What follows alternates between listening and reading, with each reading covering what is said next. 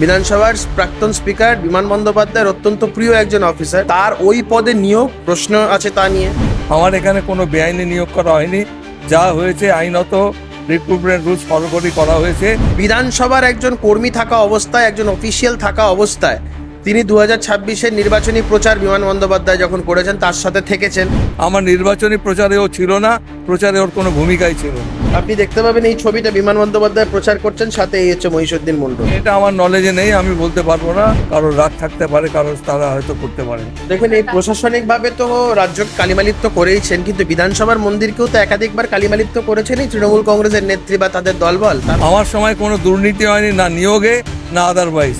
বিধানসভার গাড়ি, সরকারি গাড়িকে ব্যবহার করে তিনি দুর্গাপূজার পরিবার নিয়ে ঘুরে বেরিয়েছেন। আমার নলেজে কিচ্ছু নেই। সবই জানতো বিধানসভা স্পিকার তৎকালীন সময় পারমিট করেছে বলে নিতে হয়েছে। দেখুন, এই প্রশাসনিকভাবে তো রাজ্যকে কালিমালিপ্ত করেইছেন, কিন্তু বিধানসভার মন্দিরকেও তো একাধিকবার কালিমালিপ্ত করেছেন এই তৃণমূল কংগ্রেসের নেত্রী বা তাদের দলবল। তার অন্যতম আরেকটা নজির হচ্ছে মহিষুদ্দিন মণ্ডল, ডেপুটি সিকিউরিটি অফিসার বিধানসভার প্রাক্তন স্পিকার বিমান বন্দ্যোপাধ্যায়ের অত্যন্ত প্রিয় একজন অফিসার, তার ওই পদে নিয়োগ প্রশ্ন আছে তা নিয়ে।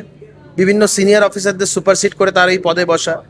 বিধানসভার একজন কর্মী থাকা অবস্থায়, একজন অফিসিয়াল থাকা অবস্থায় তিনি 2026-এর নির্বাচনী প্রচার বিমান বন্দ্যোপাধ্যায় যখন করেছেন তার সাথে থেকেছেন। আমি যখন এই কথাগুলো বলছি, আমি বারংবার এই কথাই বলছি যে আমি কিন্তু কোনো প্রমাণ ছাড়াই কথা বলছি না। আপনি দেখতে পাবেন এই ছবিটা বিমান বন্দ্যোপাধ্যায় প্রচার করছেন, সাথে এই হচ্ছে মহিষুদ্দিন মণ্ডল। একজন বিধানসভার অফিসিয়াল হয়ে তিনি এই কাজগুলো করতে পারেন না। সাথে সাথে বিধানসভার গাড়ি, সরকারি গাড়িকে ব্যবহার করে তিনি দুর্গাপূজার পরিবার নিয়ে ঘুরে বেরিয়েছেন।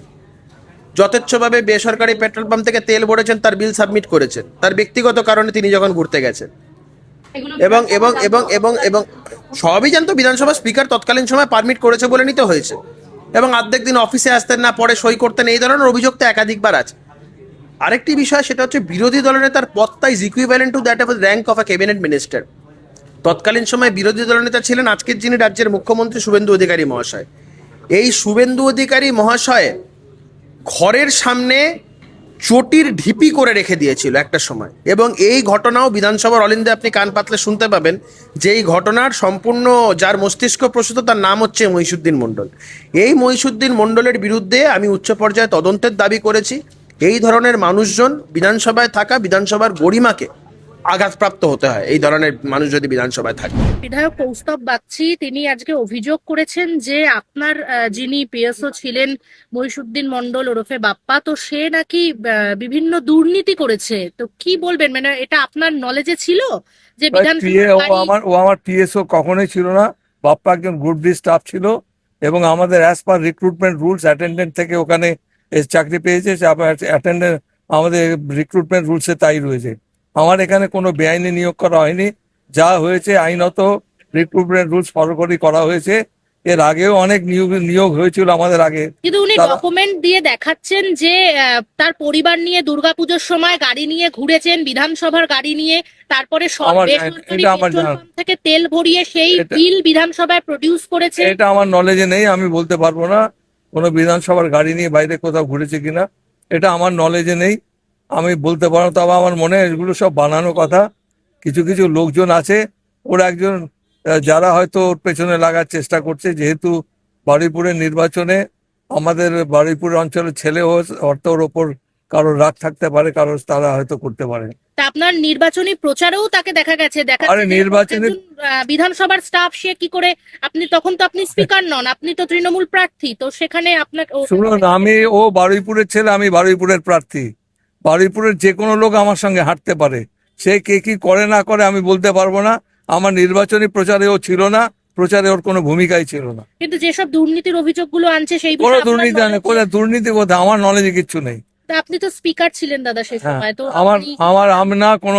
আমার সময় কোনো দুর্নীতি হয়নি, না নিয়োগে না আদারওয়াইজ। সরকারি গাড়িও মিসইউজ হয়েছে, এটা আমি বিশ্বাস করতে পারি না।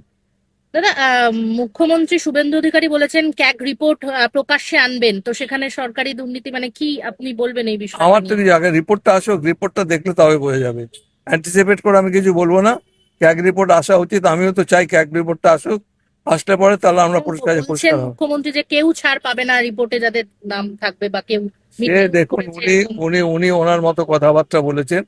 ক্যাগ রিপোর্টে যদি কারোর বিরুদ্ধে অভিযোগ থাকে, তারপরে সে সরকার যা ব্যবস্থা করার চিন্তা ভাবনা করবেন। এই ব্যাপারে ক্যাগ রিপোর্ট না জমা পড়ার আগে আমি কিছু বলতে পারবো না। উনি কি ক্যাগ রিপোর্ট দেখেছেন? না উনি ক্যাগ রিপোর্ট সম্বন্ধে ওনার নলেজ আছে?